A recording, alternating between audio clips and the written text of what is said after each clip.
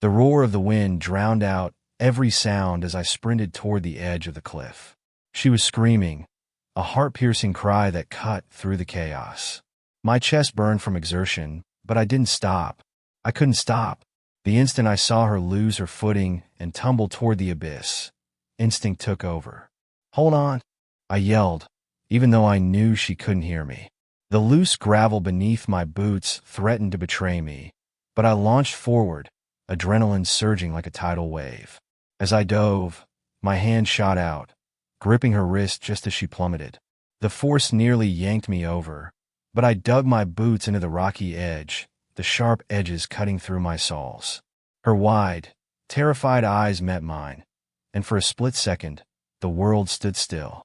"Don't let go," she cried, tears streaming down her face. "I won't," I grunted, muscles straining as I tried to pull her up. Below her, jagged rocks waited like cruel sentinels, eager for a misstep. My fingers ached, and my grip felt slippery with sweat, but I tightened my hold. Her panic turned to desperation as her other hand flailed, clawing at the cliffside for a hold. "You're not going to fall.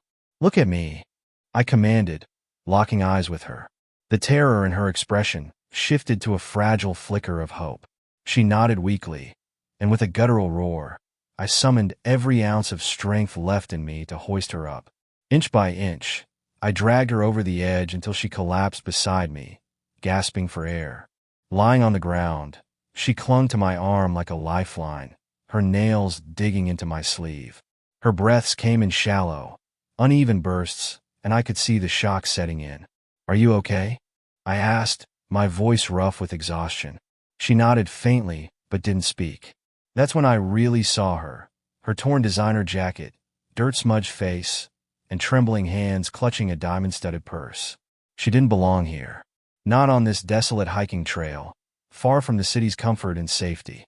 "What were you thinking?" I asked, frustration creeping into my tone. "This area isn't safe."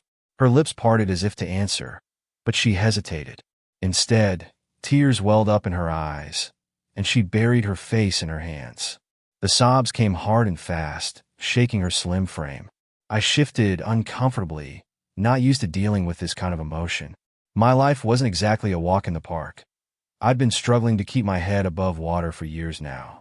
Saving people wasn't on my to-do list, especially not wealthy strangers who probably never knew what it was like to go hungry.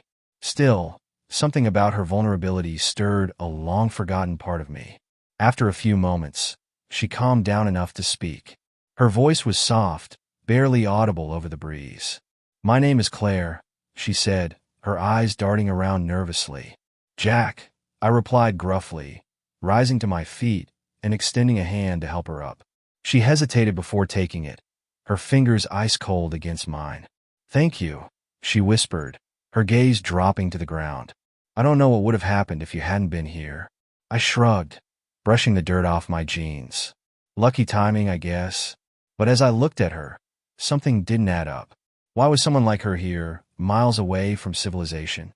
And why was she so skittish, like a deer caught in headlights? Before I could ask, a distant rustling in the trees made her stiffen. Her eyes darted toward the sound, and I saw a flash of pure terror cross her face. "Is someone after you?" I asked, my voice low. Her lips trembled, but she didn't answer. Instead, she clutched her purse tighter and took a step closer to me, as if I could shield her from whatever nightmare she was running from. It didn't take long to realize this wasn't a random hiking accident. Claire was hiding from something, or someone, and it was bigger than either of us. "I can't go back," she murmured, almost to herself. "They'll find me." "Oh," I pressed, my instinct screaming at me to leave this mess behind. But something in her broken tone stopped me. Her haunted eyes met mine, and she swallowed hard. "If I tell you, it'll put you in danger too. Lady, you just dangled off the side of a cliff." "Danger's not exactly new territory for me," I said dryly. A faint, mirthless smile tugged at her lips. "Fair enough." She hesitated, glancing over her shoulder, as if expecting someone to emerge from the shadows. Finally, she spoke, her voice trembling but resolute. "I need your help." I crossed my arms and studied her, my gut churning with unease. Claire's words hung heavy in the air, and the flicker of desperation in her eyes made it impossible to look away. Help with what? I asked cautiously. You're not giving me much to work with here. Her gaze dropped to the ground. There are people after me, she whispered. Dangerous people. I witnessed something I wasn't supposed to. Now, they're trying to make sure I can't talk. My pulse quickened. What did you see? She bit her lip, hesitating. A deal. Money, weapons, things that could destroy lives if they got out. I wasn't supposed to be there, but A sudden sound from the woods cut her off. The sharp crack of a branch snapping underfoot. Both of us froze. Claire's eyes widened, and she grabbed my arm with surprising force. They found me, she breathed, her voice barely audible. Without warning, she bolted toward the forest edge, dragging me along. Run, she hissed. Adrenaline surged through me as I followed her, the weight of her fear pressing on my chest like a vice. Behind us, voices called out, muffled but urgent. They weren't far. Claire, wait, I hissed, nearly stumbling as we tore through the underbrush. We can't outrun them like this. We have to, she shot back, her voice trembling but determined. The forest seemed endless, the dense canopy casting everything in shadow. My mind raced with questions I didn't have time to ask. Who were these people? What had Claire gotten herself into? And, more importantly, how the hell had I ended up in the middle of it? After what felt like hours of running, we finally stumbled upon an abandoned cabin nestled in the woods. Claire yanked me inside, slamming the door behind us. She locked it and immediately moved to barricade the windows with whatever furniture she could find. You've done this before, I observed, still catching my breath. Too many times, she admitted, her voice hollow. I helped her wedge a broken table against the door, my mind racing. What now? I asked. You can't keep running forever. I don't have a choice, she said, sitting heavily on the floor. They'll never stop looking for me. I crouched beside her, my frustration mounting. Then we fight back. You said you saw something. Use it. Expose them. Her head snapped up, fear and hope warring in her eyes. You don't understand. These people, they're untouchable. They have connections everywhere. A sudden pounding on the door made both of us jump. My heart leaped into my throat as a gruff voice called out. Claire, we know you're in there. Come out, and we'll make this quick. Her face drained of color, and I saw her hands tremble as she clutched the edge of her purse. I moved to the window and peeked through a crack. 3 men stood outside, armed and looking every bit as dangerous as she described. They don't look like they're here for a friendly chat, I muttered. She shook her head, tears brimming in her eyes. If they get in, we're dead. I glanced around the cabin, searching for something, anything, that could help us. My eyes landed on a rusted fire poker leaning against the wall. It wasn't much, but it would have to do. Stay behind me, I ordered, gripping the makeshift weapon tightly. The door splintered under the weight of the men's battering ram, and chaos erupted. They stormed in, their shouts echoing off the cabin walls. I swung the fire poker with everything I had, catching the first man off guard.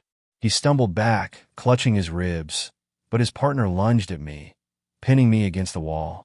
Claire screamed, and out of the corner of my eye, I saw her rummaging frantically through her purse. I didn't have time to wonder what she was looking for. I was too busy trying to wrestle the second man off me. Suddenly, a deafening bang filled the room. The man grappling me went rigid, his eyes wide with shock, before collapsing at my feet. Claire stood behind him, a small handgun trembling in her hands. My breath hitched as I stared at her, the gun still smoking in her grasp. Where the hell did you get that? I demanded, my voice sharp. I told you I was running from dangerous people, she said, her voice unsteady. You think I didn't come prepared? The third man bolted, and for a moment, silence reigned. Claire sank to her knees, her hands shaking violently. The weight of what she'd just done was written all over her face. We have to move, I said, pulling her to her feet. They'll send more? The smell of gunpowder and fear hung in the air as I pulled Claire toward the back door. Her steps faltered, her legs trembling beneath her. Come on, I urged, gripping her arm firmly. We don't have time for second thoughts. She nodded shakily and followed me, her fingers still clutching the gun. I didn't blame her for being on edge. Adrenaline, was the only thing keeping us both upright. Outside, the forest loomed like a dark maze, but it was our only hope of escape. "We stick to the trees," I said, keeping my voice low. "They'll regroup and come back with reinforcements. We need to stay ahead of them." Claire's face was pale, her lips pressed into a thin line. "Where are we even going?" she asked, her voice barely above a whisper. "Away from here," I replied grimly. "Somewhere they won't find us." As we trudged through the dense undergrowth, the tension between us grew thicker. The silence was unbearable, broken only by the crunch of leaves beneath our feet. "You need to tell me everything," I said, glancing back at her. "No more half-truths. If I'm putting my life on the line for you, I need to know what I'm up against." She hesitated, her gaze darting around as if searching for an escape route. Finally, she sighed and relented. "Fine." The deal I witnessed wasn't just about weapons or money. It was about control, political leverage, blackmail material. The people involved have ties to some of the most powerful figures in the country. My stomach tightened. "You're saying this goes higher than just a few criminals?" Claire nodded, her expression grim. "I was supposed to deliver a package, something small and routine, but I got curious. I peeked inside and saw documents, photographs, and recordings that could ruin lives. I didn't even realize someone had spotted me until it was too late. I stopped walking, turned to face her. And now they want you dead because you know too much?" She nodded again, her eyes glistening with unshed tears. "I didn't mean to get involved. I couldn't unsee it. And now they'll do anything to silence me." Her vulnerability tugged at something deep inside me, but I couldn't afford to let my guard down. "Listen, Claire, I'm not exactly equipped to take on a corrupt network of powerful people. I've got my own problems to deal with." She grabbed my arm, her grip surprisingly strong. "Please, Jack. You saved my life. If you walk away now, I'm as good as dead." Her words hit me like a punch to the gut. I didn't want to care, but it was too late. I was already in this far deeper than I'd intended. The snap of a twig nearby made both of us freeze. I raised a hand, signaling for Claire to stay silent. We crouched behind a thick cluster of bushes, our breath shallow. Voices drifted through the trees, low and menacing. "Spread out," one of them barked. She couldn't have gone far. My pulse quickened as the sound of footsteps grew louder. I tightened my grip on the fire poker I'd brought from the cabin. Every muscle in my body coiled like a spring. Claire's hand brushed against mine, her fingers trembling. "We'll get out of this," I mouthed silently. She nodded, though her eyes betrayed her doubt. The pursuers were close now, too close. I motioned for Claire to stay hidden and crept toward the nearest tree, keeping low to the ground. The fire poker felt woefully inadequate, but it was better than nothing. As one of the men passed by, I sprang into action, swinging the poker with all my strength. It connected with a sickening thud, and he crumpled to the ground. His companion spun around, but I was already moving, tackling him to the forest floor. Claire emerged from the bushes, her hands shaking as she aimed the gun at the third man, who had frozen in shock. "Drop it," she shouted, her voice wavering but fierce. He hesitated for a moment before raising his hands in surrender. I grabbed his weapon and tossed it aside, my chest heaving from the effort. The man we'd disarmed glared at us, his jaw clenched. "You think this changes anything?" he sneered. "You're both dead. It's just a matter of time." Claire's hand trembled on the trigger, her knuckles white. "Not if we take you down first," she said, her voice cold. I stepped between them, placing a calming hand on her arm. "We're not killers," I said softly. "Not unless we have to be." Her eyes flickered with uncertainty, but she lowered the gun. I turned back to the man. "Tell your boss we're not going down without a fight," I said, my voice steady despite the storm raging inside me. Once the danger had passed, Claire and I continued our trek through the forest, both of us more on edge than ever. The encounter had rattled her, but it had also ignited a spark of determination. "I can't keep running," she said finally, breaking the silence. "You're right. We have to fight back." I glanced at her, surprised by the steel in her voice. "Are you sure? This won't be easy." She met my gaze, her eyes burning with resolve. "If I don't stand up to them, they'll just keep coming, and I'm not going to let them win." As we trudged through the forest, Claire's words echoed in my mind. She was ready to fight back, but the question was, how? We weren't exactly armed to the teeth, and our enemies had resources we couldn't even begin to match. We need a plan, I said finally. Claire nodded. I know a place, an old safe house I used to use during deliveries. It's not far from here, and it might have supplies we can use. You sure it's safe? I asked skeptically. It's been abandoned for years, she said. They wouldn't think to look there. I didn't like the idea of relying on a place tied to her past, but we didn't have many options. Lead the way, I said. The safe house was exactly as Claire had described, a rundown shack hidden deep in the woods. It looked like it had seen better days, but it was secluded, and that was all we needed. Inside, the air was stale, and cobwebs hung from the corners. Claire moved quickly, pulling up a loose floorboard to reveal a hidden compartment. Inside were a few supplies, a flashlight, a first aid kit, and a small stash of cash. It's not much, but it's a start, she said, handing me the flashlight. I glanced around the room, my mind already racing with possibilities.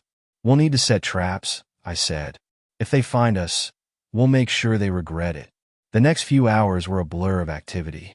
We worked together, setting up makeshift defenses around the safe house. I used the fire poker to sharpen stakes, while Claire rigged a tripwire using fishing line she'd found in the hidden compartment. You're pretty handy with this stuff, I remarked as she tied a knot with precision. I had to learn fast, she said, not meeting my eyes. When you're running for your life, you figure things out. Her words hit harder than I expected. I didn't know much about her life before all this, but it was clear she'd been through more than her share of hardships. As night fell, we sat together in the dim light of the flashlight. The safe house felt like a fragile bubble of safety, but we both knew it wouldn't last. Why did you get involved in all of this? I asked, breaking the silence. Claire hesitated, her fingers tracing the edge of the flashlight.